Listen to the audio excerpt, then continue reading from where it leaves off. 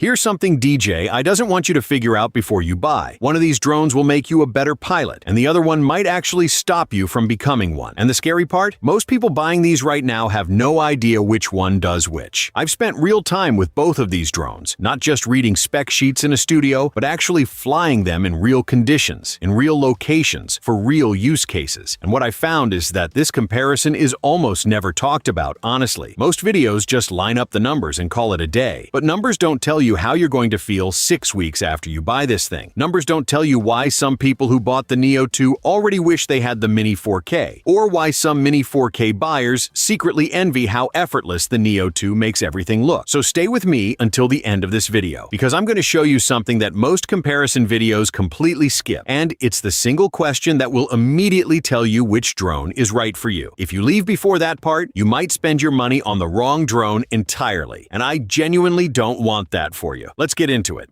Why this comparison keeps fooling people. Let's start with the thing that's causing all the confusion in the first place, the price. A year ago, the DJI Neo 2 and the Mini 4K occupied pretty separate spaces in people's minds. The Mini 4K felt like a proper beginner drone with a proper beginner price. The Neo 2 felt like a fun, quirky little gadget in a slightly different category. But now, depending on where you shop, what bundles are running, and what region you're in, these two drones are sitting uncomfortably close to each other in price. And the moment two things cost roughly the same amount of money, the human brain immediately starts comparing them as if they're interchangeable. But they're not even close. Here's the real problem. Both of these drones are marketed with similar language: compact, beginner-friendly, great for travel, easy to use. And on paper, they both shoot 4K video, they're both from DJI, and they both fit in a small bag. So naturally, someone walks in thinking they're just picking between two versions of essentially the same thing. That assumption is the mistake, because the moment you start flying them, the experience is so different that it almost feels like they were made by two completely different companies with two completely different users in mind. One of these drones is designed around the idea that you are the pilot. The other is designed around the idea that the drone is the pilot. And once you understand that, this whole comparison becomes a lot simpler.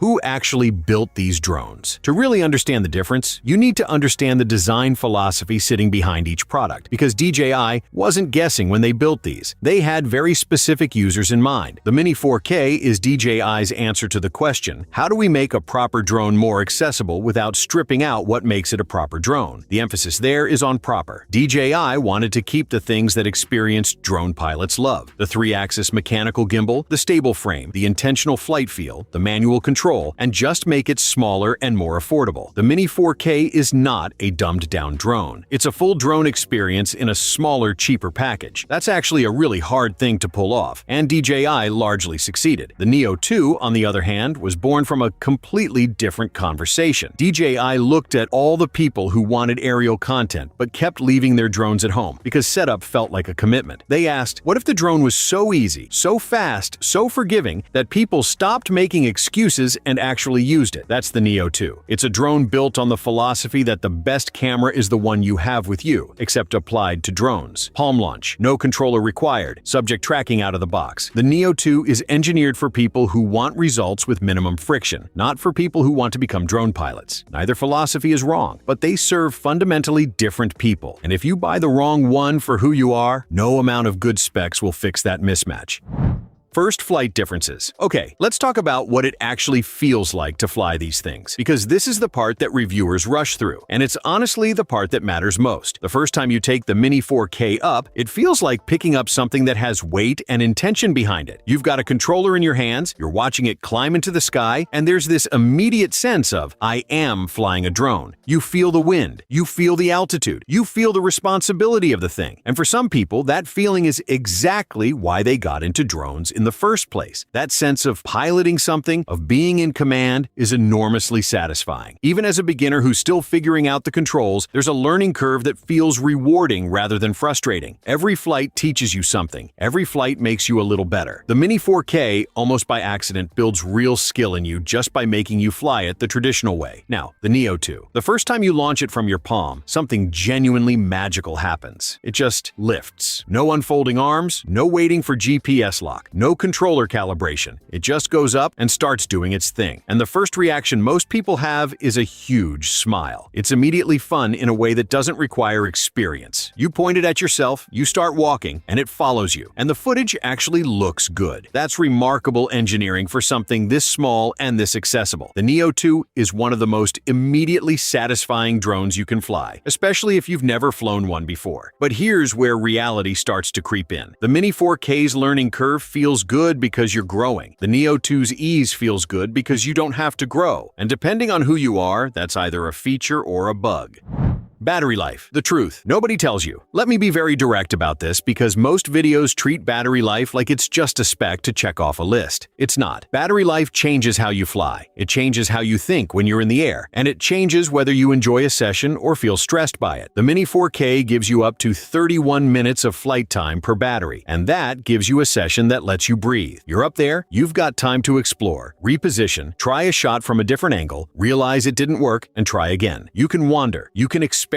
The air doesn't feel like a countdown timer, and that mental freedom is enormously underrated because when you're not watching the battery percentage every 30 seconds, you're actually thinking about your shot. You're actually creating. There's a big difference between making content and just racing to land before the battery dies. The Neo 2 gives you up to 19 minutes per battery. That's a real-world difference of roughly 12 minutes compared to the Mini 4K. And those 12 minutes create a fundamentally different psychological experience in the air. It's not just that you have fewer minutes, it's that those fewer minutes make you fly differently. You stop experimenting because you can't afford to waste a run on a shot that might not work. You start feeling rushed right around the time you're settling into a location. You might land, swap batteries, set up again, and by the time you're back up, you've broken the creative flow of your session. For quick, intentional missions, a specific follow shot, a fast moment at a concert or a trail, that's fine. But if you're the kind of person who likes to explore a location and discover your shots as you go, the Neo 2's battery life will frustrate you earlier than you expect. This is one of the most commonly cited regrets from Neo 2 buyers who should have bought the Mini 4K.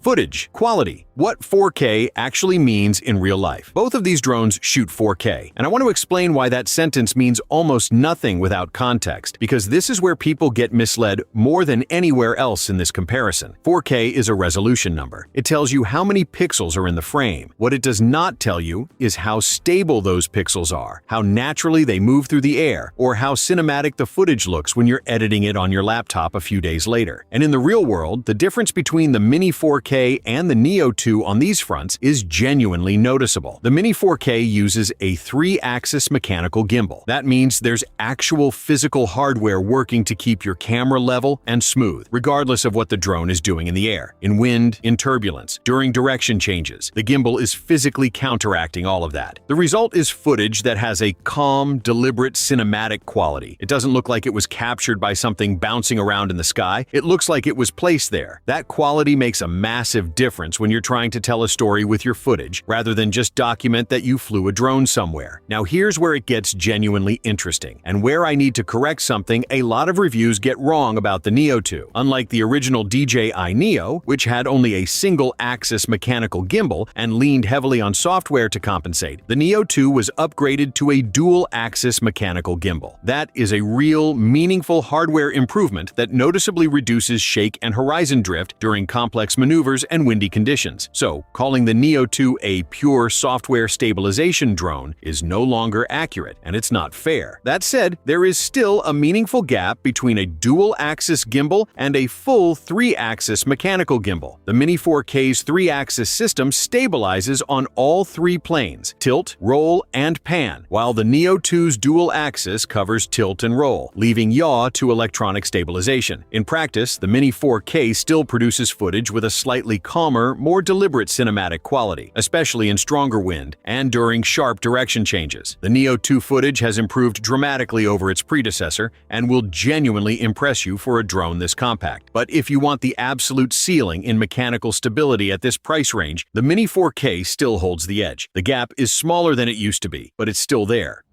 The Neo 2's secret strengths, where it's genuinely brilliant. Now, I want to make something very clear. Everything I've said about the Neo 2's limitations is real, but it would be completely dishonest not to talk about the things the Neo 2 does that the Mini 4K simply cannot match. Because for certain creators, these advantages are not minor. They're the whole reason to buy it. If you are a solo creator, someone who travels alone, hikes alone, bikes alone, or does any kind of one-person content creation, the Neo 2 changes the game in a way that matters. The Mini 4K cannot follow you without a dedicated controller operator or a very careful pre-planned shot. The Neo 2 can follow you through a trail, around a corner, across an open field, while your hands are doing something else entirely. That autonomous follow capability is not a gimmick. For the right creator, it's the entire product value in one feature. Palm takeoff and landing also sounds trivial until you're standing on a narrow trail with your backpack on and nowhere to safely put a drone down. The Neo 2 launches from your hand and lands back in your hand via its return to palm feature. The Mini 4K needs a flat surface, a bit of space, and a whole setup ritual that, in the right context, can feel like a barrier between you and the shot you wanted. The Neo 2 removes that barrier entirely. Here's something else most comparisons don't mention. The Neo 2 has omnidirectional obstacle sensing, forward-facing LiDAR combined with a full monocular vision system and downward infrared sensors. The Mini 4K, by contrast, only has downward vision sensing. It has no forward, backward, or sideways obstacle avoidance at all. That matters enormously for beginner pilots flying in environments with trees, people, or buildings around them. The Neo 2 is actively watching in all directions. The Mini 4K is not. And when it comes to tracking, the Neo 2 can follow a subject moving at up to 12 meters per second, fast enough to keep up with a cyclist or a trail runner, which is a capability the Mini 4K simply doesn't have without a manual operator. For the travel vlogger, the adventure creator, the person who documents life in motion rather than plans shots in advance, the Neo 2 is not the inferior choice. For them, it might be the only choice that actually fits how they work.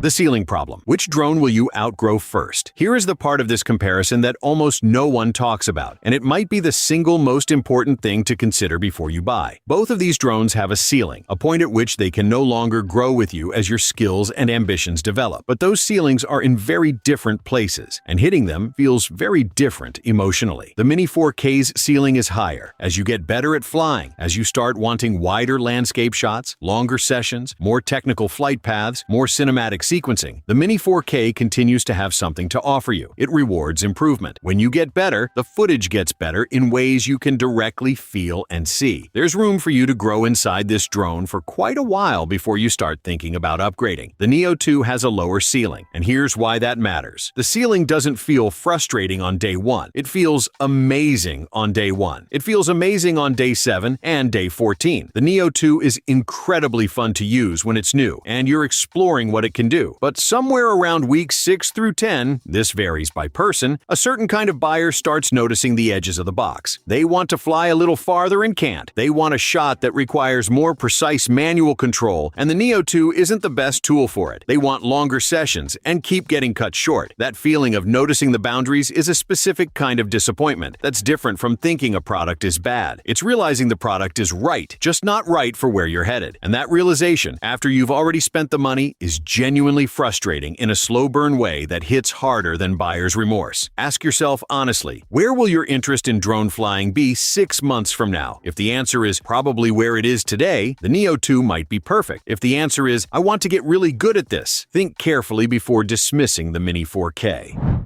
The verdict: one honest recommendation. Alright, here's the moment you've been waiting for. I'm going to make this as clear and as honest as I possibly can. Buy the DJI Mini 4K if you want to actually learn how to fly a drone, not just use one. You care about the quality and composure of your footage over the ease of getting it. You fly in open environments, open skies, open landscapes, places where range and stability matter. You want a drone that still feels satisfying and capable 6 months from now. You don't want to feel rushed by a battery, and you don't want to spend extra money chasing accessories. You're the kind of person who gets real satisfaction from building a skill and watching the results improve because of your growth, not because the drone is doing it for you. Buy the DJI Neo 2 if you are a solo creator who needs a drone to follow you, not wait for you. You move fast, live spontaneously, and want aerial content to be as easy as pulling out your phone. You shoot in shorter bursts and quick moments rather than long exploratory sessions. You value the ability to get a shot right now over the ability to get a perfect shot with planning. planning. You want something that fits your life without demanding that your life fit around it. And here's the most honest, most human way I can put the whole comparison in a single sentence. The Mini 4K is the better drone. The Neo 2 is the better companion. That's not a cop-out conclusion. That's the truth. And depending on what you actually need, either one of those can be worth far more than the other. The best drone is not the one with the highest specs. It's the one that matches who you are and how you actually create. If it matches your life, you'll use it. If you use it, you'll get better. And if you get better, it was worth every penny. If it doesn't match your life, no spec sheet in the world will save you from leaving it on the shelf. So, before you check out, ask yourself one question. Not which drone is better, but which type of creator am I? Answer that honestly, and this decision makes itself.